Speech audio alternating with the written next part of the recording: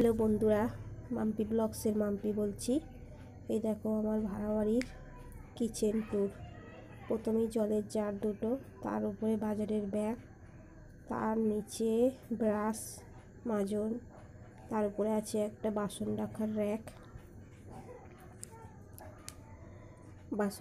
Rack, আর এইদিকে দেখছো যে বাসনগুলো আছে, এইগুলো রান্না দুপুরের খাওয়া দাওয়া করে বাসনগুলো মেজে নিয়ে এসে আমি এখানে একটা কাপড় পেতে জল ঝরিয়ে তারপর বাসন রাখার র্যাকে গুছিয়ে রাখি।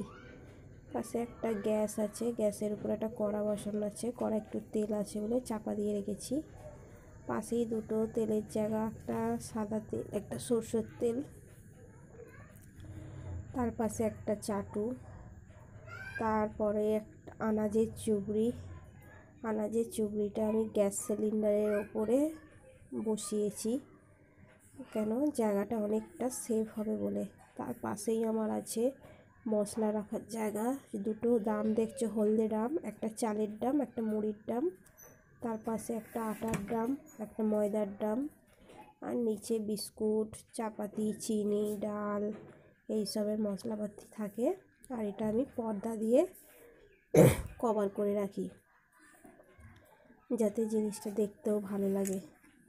পাশে একটা ব্যালন কাঁচা কি দাঁড় করানো আছে, এই যেরকমভাবে পর্দাটা দিয়ে রাখি।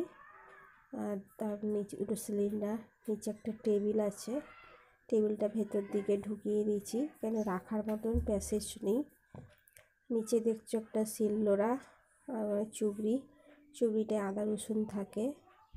ওর নিচে আছে ওই তেলের নারকেল তেল, বডি অয়েল, বরের দাড়ি কাটার ব্রাশ, তার পাশে আছে দুটো গ্যাস সিলিন্ডারের পাশে দুটো জলের বালতি।